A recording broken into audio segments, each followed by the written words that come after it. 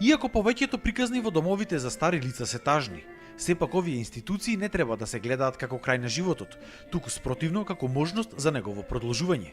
Вера Кочовска веќе 5 месеци е во домот за стари лица во Прилеп. Морала тука да дојде бидејќи децата и заминале во Америка. На почетокот и било многу тешко, но потоа се навикнала. Тешко беше на почеток. Тешко ми беше и шеќерот малку ми се крена. Во друг дом, најстар човек да се учи, тешко е. Сега е подобро. И другите приказни не се подобри од оваа, но како и да е, ова место им го продолжило животот на овие луѓе.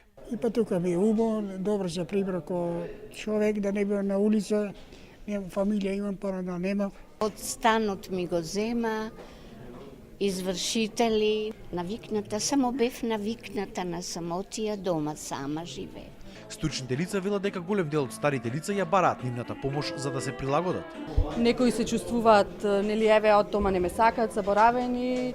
Значи гледаме да контактираме со семејствата, гледаме значи правиме индивидуални средби, посети, да се олесни тој период на адаптација. По повод неделата за грижа на стари лица, денеска ученици од гимназијата Мирче Ацев им приредија пригодна музичка програма.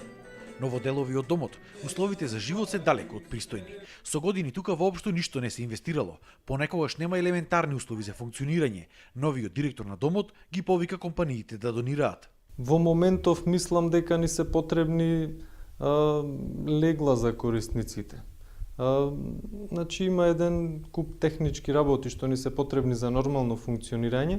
Работиме во моментов со капацитет од една машина за перење, нормално индустријска машина која што не ги задоволува потребите. Било планирано и реконструкција која што треба да ја одобри Министерството за труд.